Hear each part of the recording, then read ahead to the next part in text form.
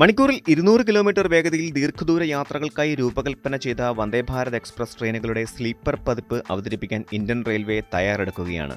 അതായത് പരമ്പരാഗത ഇന്ത്യൻ തീവണ്ടി യാത്രാ സങ്കല്പങ്ങൾ പഴങ്കഥയാവുകയാണ് എന്ന് സാരം. അതിവേഗം മാറ്റത്തിന്റെ ട്രാക്കിലാണ് നമ്മുടെ റെയിൽവേ.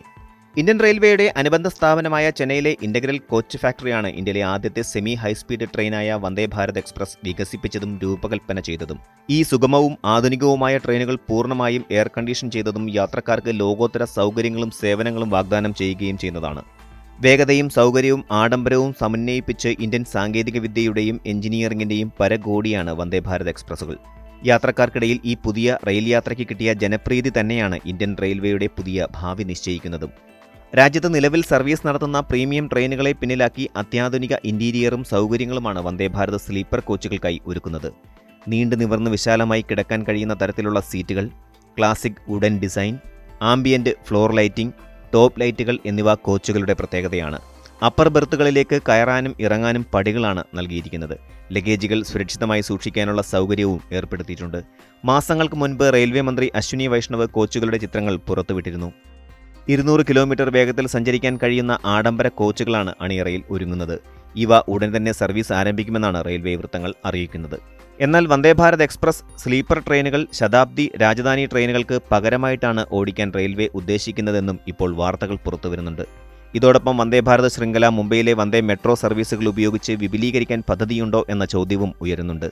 അതേസമയം നിലവിലെ വന്ദേഭാരത് എക്സ്പ്രസ് ട്രെയിനുകൾ ശതാബ്ദി എക്സ്പ്രസിന് ഘട്ടം ഘട്ടമായി പകരക്കാരനാവുമെന്ന് പേര് വെളിപ്പെടുത്താത്ത റെയിൽവേ ഉദ്യോഗസ്ഥൻ ഫിനാൻഷ്യൽ എക്സ്പ്രസിനോട് പറഞ്ഞു. വന്ദേഭാരതിന്റെ സ്ലീപ്പർ കോച്ചുകൾ നിലവിലെ രാജധാനി എക്സ്പ്രസുകൾക്ക് ബദലായി ഓടാനും സാധ്യതയുണ്ടെന്നും റെയിൽവേ വൃത്തങ്ങൾ വ്യക്തമാക്കുന്നു. രാജ്യതലസ്ഥാനമായ ഡൽഹിയെ വിവിധ സംസ്ഥാന തലസ്ഥാനങ്ങളുമായി ബന്ധിപ്പിക്കുന്ന രാജധാനി എക്സ്പ്രസ് ഇന്ത്യൻ റെയിൽവേയുടെ പ്രീമിയം സർവീസുകളിലൊന്നാണ്. അതുകൊണ്ട് തന്നെ വന്ദേഭാരത് സ്ലീപ്പർ കോച്ചുകൾ പകരക്കാരനായി വന്നാൽ യാത്രക്കാർ അത് എങ്ങനെ സ്വീകരിക്കുമെന്ന കാര്യത്തിൽ ചില കോണുകളിലെങ്കിലും സംശയം ഉയരുന്നുണ്ട്. വന്ദേഭാരത് എക്സ്പ്രസ് സർവീസ് നടത്തുന്ന പല ഷെഡ്യൂളുകളും ശതാബ്ദി എക്സ്പ്രസുമായി യോജിക്കുന്നതാണെന്ന് ഫിനാൻഷ്യൽ എക്സ്പ്രസിന് നേരത്തെ അനുവദിച്ച അഭിമുഖത്തിൽ Chennai integral coach factory general manager B G. Mallya പറഞ്ഞിരുന്നു. അതുകൊണ്ട് ഭാവിയിൽ വന്ദേഭാരത് എക്സ്പ്രസ് ജനശതാബ്ദി സർവീസുകൾക്ക് പകരമാകാൻ സാധ്യതയുണ്ടെന്നും അദ്ദേഹം പറഞ്ഞിരുന്നു. ശതാബ്ദിക്ക് പകരം സർവീസ് നടത്തുന്നതിനാവശ്യമായ വന്ദേഭാരത് കോച്ചുകൾ നിർമ്മിക്കാൻ സമയം വേണ്ടിവരും. സർവീസ് അവസാനിപ്പിക്കുന്ന ശതാബ്ദി കോച്ചുകൾ മറ്റു റൂട്ടുകളിലേക്ക് പരിഗണിക്കുമെന്നും ബി.ജി. മല്യ വ്യക്തമാക്കിയിരുന്നു. ഇന്ത്യയിലെ ആദ്യത്തെ വന്ദേഭാരത് സ്ലീപ്പർ ട്രെയിൻ സെക്കന്ദരാബാദ് പൂനെ റൂട്ടിൽ ഓടുമെന്നാണ് പുതിയ റിപ്പോർട്ടുകൾ. ഈ റൂട്ടിൽ നേരത്തെയുള്ള ശതാബ്ദി എക്സ്പ്രസിന് പകരമായാണ് വന്ദേഭാരത് സ്ലീപ്പർ ട്രെയിൻ വരുന്നത് എന്നാണ് പുതിയ വിവരം. ശതാബ്ദി എക്സ്പ്രസ് നിലവിൽ സെക്കന്ദരാബാദ് പൂനെ റൂട്ടിൽ 8 മണിക്കൂറും 30 മിനിറ്റും എടുക്കും. വന്ദേഭാരത് സ്ലീപ്പർ ട്രെയിൻ ഈ റൂട്ടിൽ വന്നാൽ യാത്രാസമയം 2 മണിക്കൂറെങ്കിലും കുറയുമെന്നാണ് കരുതുന്നത്. യാത്രക്കാർക്ക് കൂടുതൽ സൗകര്യത്തോടെ യാത്രയും ചെയ്യാം. അതേസമയം സെക്കന്ദരാബാദ് പൂനെ വന്ദേഭാരത് സ്ലീപ്പർ ട്രെയിനിന്റെ സമയവും സ്റ്റോപ്പും തീരുമാനിച്ചിട്ടില്ല. സർവീസ് ആരംഭിക്കുന്ന മുറയ്ക്ക് ഇക്കാര്യം വെളിപ്പെടുത്തുമെന്ന് അധികൃതർ അറിയിച്ചു. ഇതിന് പിന്നാലെ ഡൽഹി മുംബൈ, ഡൽഹി ഹൗറ ഉൾപ്പെടെ 10ഓളം റൂട്ടുകളിലാണ് തുടക്കത്തിൽ വന്ദേഭാരത് സ്ലീപ്പർ ട്രെയിനുകൾ സർവീസ് നടത്തുക. ചേർക്കാറുള്ള ഹ്രസ്വദൂര വന്ദേഭാരത് ട്രെയിനുകൾ ഇതിനോടകം രാജ്യത്തിന്റെ അഭിമാനമായി മാറിയതോടെ വന്ദേഭാരത് മെട്രോ സർവീസ് ആരംഭിക്കുന്നത് സംബന്ധിച്ച പ്രവൃത്തികളും അവസാന ഘട്ടത്തിലാണ്.